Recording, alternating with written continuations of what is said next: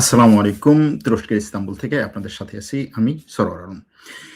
Iran তার hit list প্রকাশ করেছে। ইরানের একটা পত্রিকা। পত্রিকাটি ইরানের সরকার ঘেঁষা। সেই পত্রিকাটি বলেছে যে ইরানের এ পর্যন্ত যতজন নেতা হত্যা করা হয়েছে, বিশেষ করে ইরানের সর্বোচ্চ ধর্মীয় নেতা আলী খামেনেইকে হত্যা করার প্রতিশোধ হিসাবে ইরানের বর্তমান সর্বোচ্চ ধর্মীয় নেতা তার ছেলে মুজতবা খামেনেই যে প্রতিশোধের ডাক দিয়েছেন, সেই প্রতিশোধের লিস্টে ১৩ জন লোক রয়েছে। ইসরায়েল, আমেরিকা এবং ইউরোপের গুরুত্বপূর্ণ ১৩ নেতা। তারা বিভিন্নভাবে ইরানের ওই পত্রিকার কথা অনুযায়ী তারা বিভিন্নভাবে ইরানের এই ঘটনার সাথে সম্পৃক্ত। অর্থাৎ পত্রিকার কথা অনুযায়ী তারা ইরানে এই যে হামলাগুলো হয়েছে সেই হামলাগুলোর ক্ষেত্রে অনেক বড় অবদান রেখেছে ইসরায়েলের পক্ষে। ইরানের হামশাহর নামক পত্রিকাটি এরকম একটা লিস্ট প্রকাশ করেছে। লিস্টে কারা আছে এটা আমরা দেখব।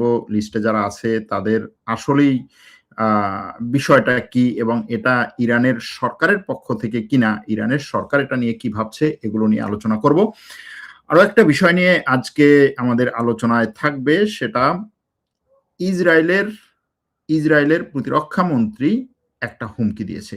খুব কড়া একটা হুমকি দিয়েছে। হুমকিটা হচ্ছে যে ইরানের এখন থেকে ইসরায়েল একাই ইরানে আক্রমণ করবে, আর কারো আক্রমণ করার দরকার হবে না। অর্থাৎ আর কাউকে ইসরায়েলের পাশে দরকার হবে না।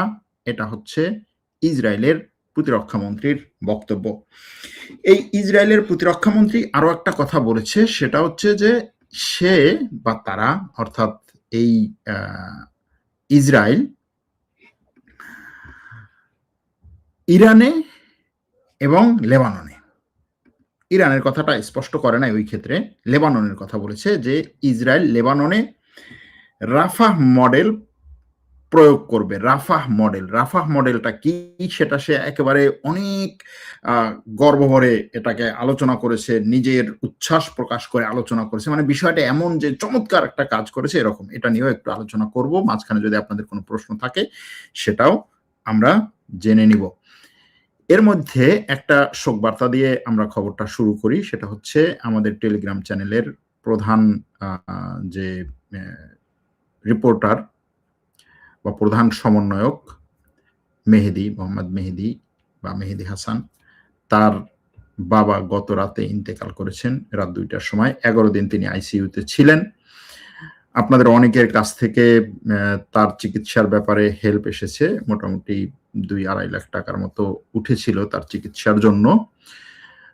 ১১ দিন আইসিইউতে থাকার পরে গত রাতে তিনি ইন্তেকাল করেছেন। আপনারা জানেন যে তিনি বড় ধরনের একটা সড়ক দুর্ঘটনায়, রাস্তার এপার থেকে ওপারে যাওয়ার সময় বড় ধরনের একটা সড়ক দুর্ঘটনায় গাজীপুরে তিনি আহত হয়ে হাসপাতালে ভর্তি হন এবং তারপর থেকে এ পর্যন্ত আইসিইউতেই ছিলেন।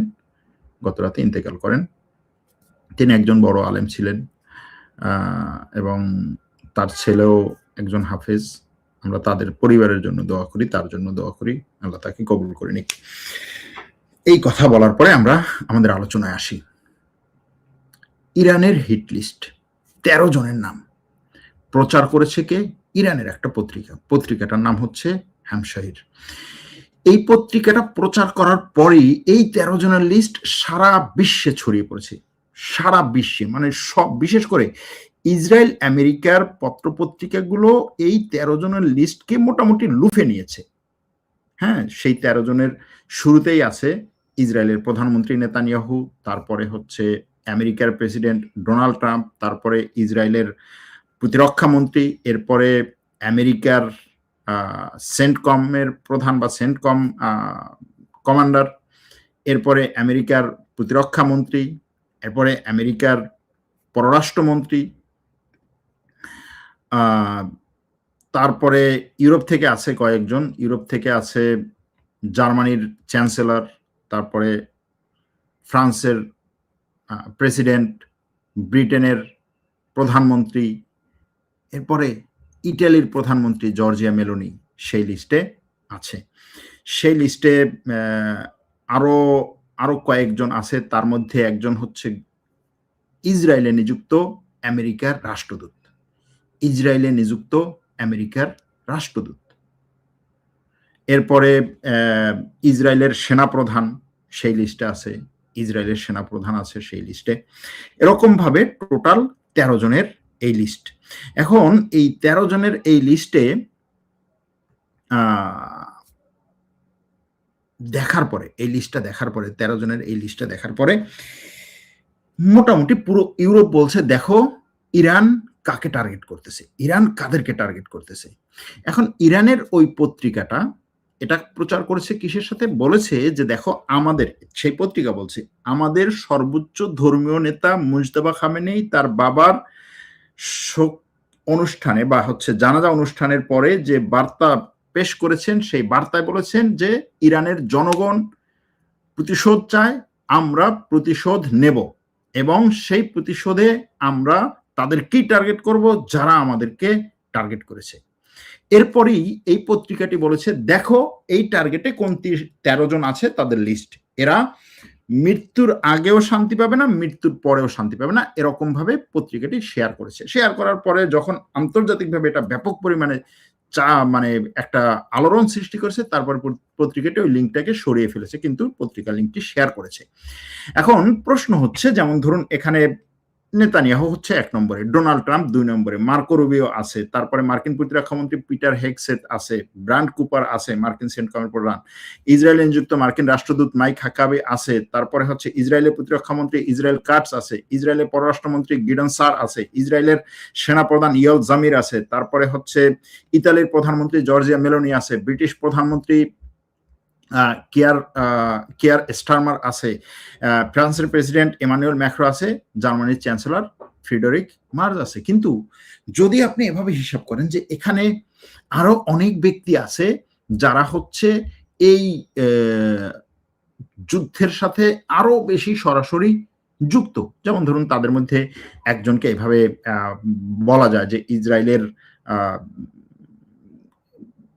দুজন মন্ত্রী, একজন না দুজন মন্ত্রী, উগ্রমন্ত্রী যারা যারা একেবারে সরাসরি এই জিনিসগুলোকে উগরে দিয়েছিল, তাদের মধ্যে একজন হচ্ছে ইতামার বেন গভির, আর একজন হচ্ছে ইসরায়েলের অর্থমন্ত্রী। এরপরে মার্কিন সিনেটর, এই যে 2 দিন আগে মারা গেল লিন্ডসে গ্রাহাম। এছাড়াও আরো অনেকজনের নাম হয়তো এখানে আপনি বলতে পারেন যে এটার মধ্যে আরো অনেকজনের নাম থাকতে পারে, কেন তার নাম নাই, যেমন ধরেন মেলোনির নাম কেন এখানে, আমার কাছে এখনো পর্যন্ত এই লিস্টে মনে হয় না যে মেলোনির নাম এখানে কেন। হ্যাঁ, তারপরে হচ্ছে স্মোট্রিচ নাই, হ্যাঁ, এটা একটা ব্যাপার। এরপরে হচ্ছে এখানে আরো অনেকগুলো বিষয় আছে, কিন্তু প্রশ্নটা হচ্ছে যে এই পত্রিকাটা এরকম নামগুলো প্রচার করে কি করতে চায়, তার আসলে উদ্দেশ্যটা কি, এটা একটা বড় প্রশ্ন। যে এই পত্রিকার এই নামগুলো প্রচারের মাধ্যমে তার উদ্দেশ্যটা কি, এ কি আসলেই ইরানের পক্ষে কোনো প্রোপাগান্ডা চালাচ্ছে, নাকি ইরানের বিপক্ষে, ইরানের বিরুদ্ধে যারা আছে তাদের জন্য প্রোপাগান্ডা চালাচ্ছে, এরকম একটা বিষয় সামনে আসে। কারণ হচ্ছে এরকম একটা নাম প্রচারের মাধ্যমে মূলত যারা এই ট্রাম্প, নেতানিয়াহু এদের বিপক্ষে ইউরোপে ছিল, ইউরোপে আমেরিকাতে, তারাও এখন তাদেরকে সাপোর্ট দিবে যে দেখো হ্যাঁ ইরান তোমাদেরকে এইভাবে টার্গেট করেছে, ইরানের পত্রিকা সরাসরি নাম দিয়ে টার্গেট করেছে, তাহলে তো এই লিডারদেরকে আমার সাপোর্ট দেওয়াই দরকার, এরকম একটা বিষয় তারা সামনে নিয়ে আসবে। সুতরাং ওই দিক থেকে মনে হয় যে এটা আসলে ইরানের পক্ষের নাকি ইরানের বিপক্ষের, ইরানের জন্য হয়ে কাজ করছে এরা নাকি মোসাদের হয়ে কাজ করছে, যে এই লিস্ট তার প্রকাশ করার দরকার কি, এটা গেল এক। দ্বিতীয় আরেকটা হচ্ছে যে এই লিস্ট প্রকাশ করার মাধ্যমে সে যে বরত্ব দেখাচ্ছে আসলে সেটা কত, যেমন ইরান এর আগে বলেছে আমি অমুককে টার্গেট করবো, সমুককে টার্গেট করবো, একে টার্গেট করবো, ওকে টার্গেট করবো। ইরান কাকে টার্গেট করতে পেরেছে?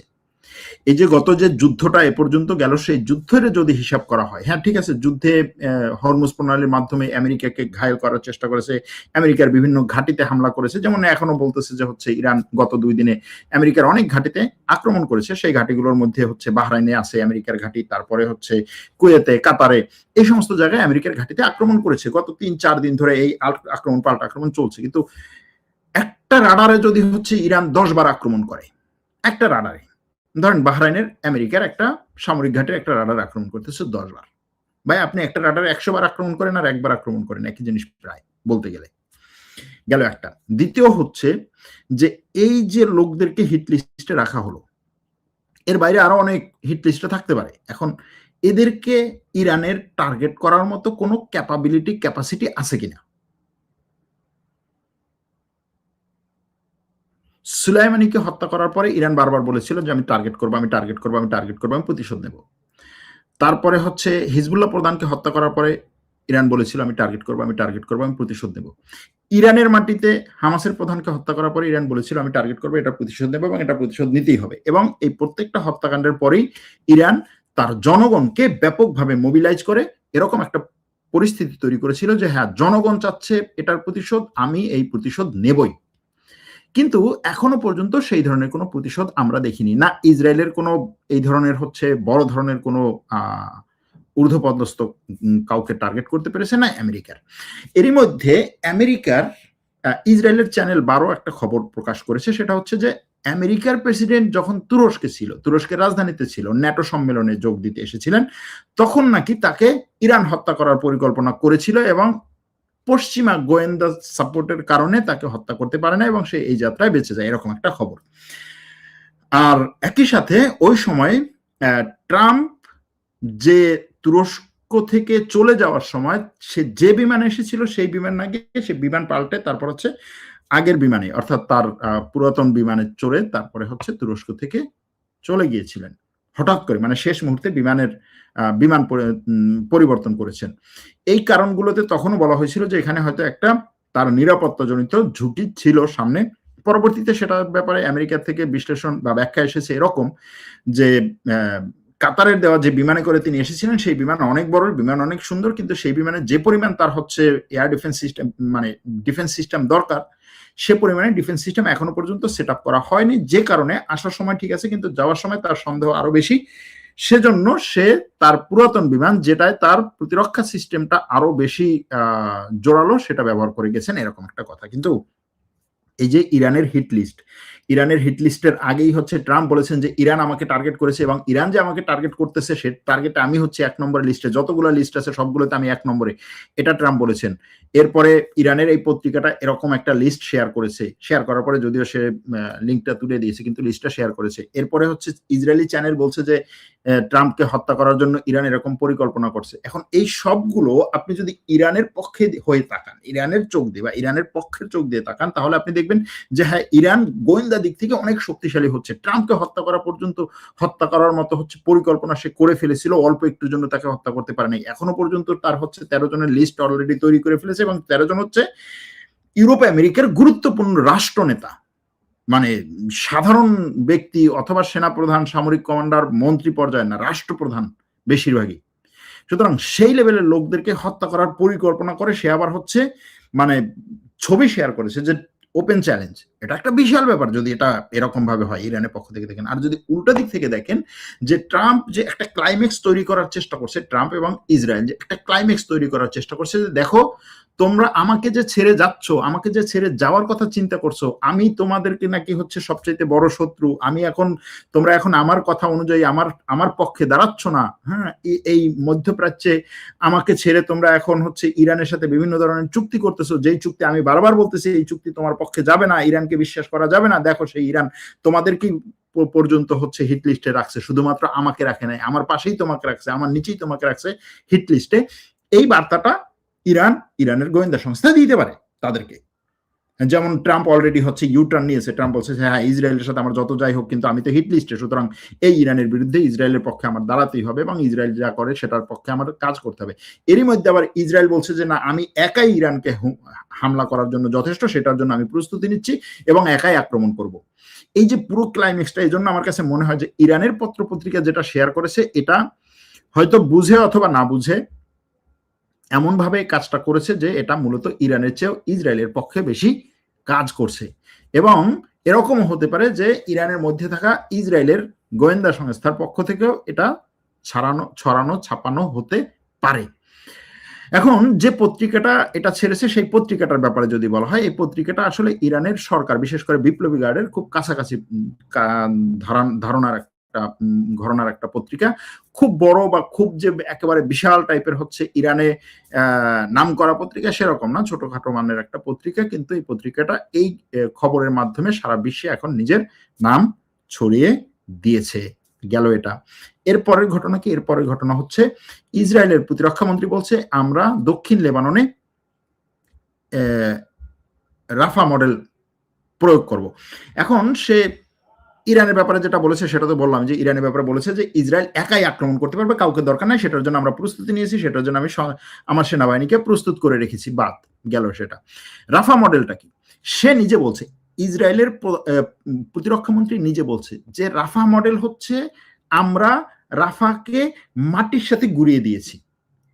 আমরা রাফাকে যখন মাটির সাথে গুঁড়িয়ে দিলাম, গাজা ভূখণ্ডের রাফা যে এলাকাটা মাটির সাথে যখন গুঁড়িয়ে দিলাম, রাফায় আর কোনো লোক থাকার মতো কোনো পরিস্থিতি ছিল না, এবং সেখানে কোনো জায়গায় কেউ লুকিয়ে যে আমাদের উপরে আক্রমণ করবে সেটারও কোনো সুযোগ ছিল না, সাধারণ মানুষও ছিল না, আর কেউ আক্রমণ করার সুযোগ পায়নি। তখন কি করেছে? তখন তারা রাফা থেকে অন্য এলাকায় গিয়েছে। আমরা রাফার এক একটা এলাকাকে ঘোষণা দিয়ে দিয়ে বলেছি যে এই এলাকায় আজকে আক্রমণ করব, তোমরা এখান থেকে সরে যাও। তারা সরে যেতে পারলে গিয়েছে, না যেতে পারলে আমরা তাদেরকে এই মাটি, ধুলা, বালু, পাথর এবং সিমেন্ট, বিল্ডিং সবকিছুর সাথে একত্রে গুঁড়িয়ে দিয়েছি।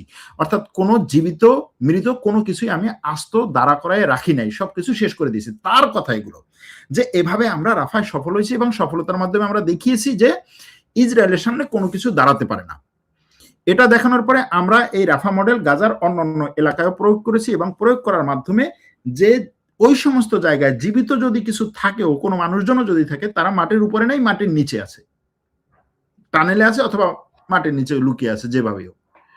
সুতরাং এই রাফা মডেল প্রয়োগের মাধ্যমে তার কথা হচ্ছে আমরা কি করেছি, আমরা ওই মডেলটা আস্তে আস্তে গাজার অন্য অন্য জায়গায় প্রয়োগ করে এখনো পর্যন্ত গাজার প্রায় 80% জায়গা আমাদের কন্ট্রোলে নিয়ে এসেছি। এবং তার কথা হচ্ছে শুধুমাত্র আমাদের কন্ট্রোলেই না, বিষয়টা এরকম না যে আমি সেনাবাহিনী দিয়ে হচ্ছে ঘেরাও করে রেখেছি, সেরকম না, সেখানে আর কোনো লোক প্রবেশ করতে পারছে না, এবং ওটা পুরোপুরি এখন আমাদের জায়গা।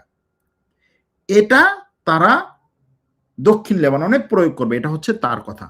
তার মানে হচ্ছে কি, যে দক্ষিণ লেবাননে যে সমস্ত বসতিপূর্ণ জায়গা আছে সেই জায়গাগুলোকে আমি মাটির সাথে মিশিয়ে দেব, সেই জায়গায় যত মানুষ আছে আমি তাদের সবাইকে হত্যা করব, সেখানে কোনো একটা জীবকে আমি বাঁচতে দেব না। ইতিমধ্যে আপনারা জেনেছেন যে সেখানে প্রচুর পরিমাণে হচ্ছে গাছ তারা কেটে ফেলেছে, উঠিয়ে দিয়েছে, উগড়ে দিয়েছে।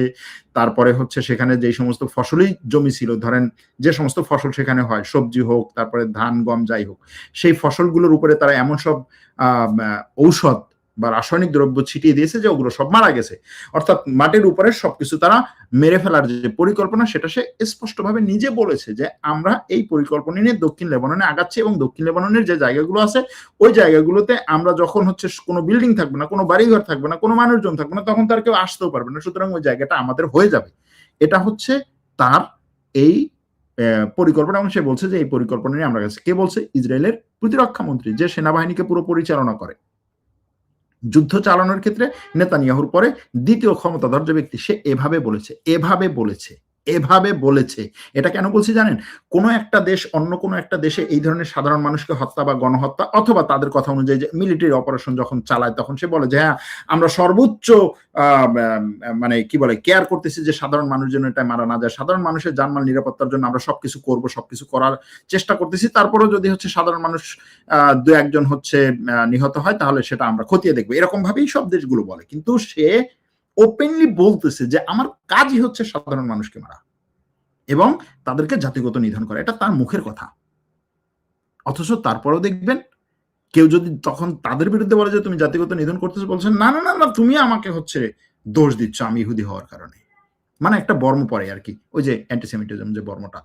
যাই হোক, এই হচ্ছে পরিস্থিতি। ইরান আমেরিকার মধ্যে পাল্টা আক্রমণ, পাল্টা আক্রমণ। আমেরিকা ইরানের উপর আক্রমণ করছে, ইরানের 140টা জায়গায়, 150টা জায়গায়, বিভিন্ন জায়গায় আক্রমণ করতেছে। ইরান আবার আমেরিকার এই অঞ্চলে যে সমস্ত ঘাঁটিগুলো আছে সেগুলোতে আক্রমণ করতেছে। এটা চলতেছে, হরমুজ প্রণালী বন্ধ আছে। এই হচ্ছে যুদ্ধ পরিস্থিতির সর্বশেষ খবর। আজ এখানেই রাখছি। ভালো থাকবেন, সুস্থ থাকবেন। আল্লাহ হাফেজ।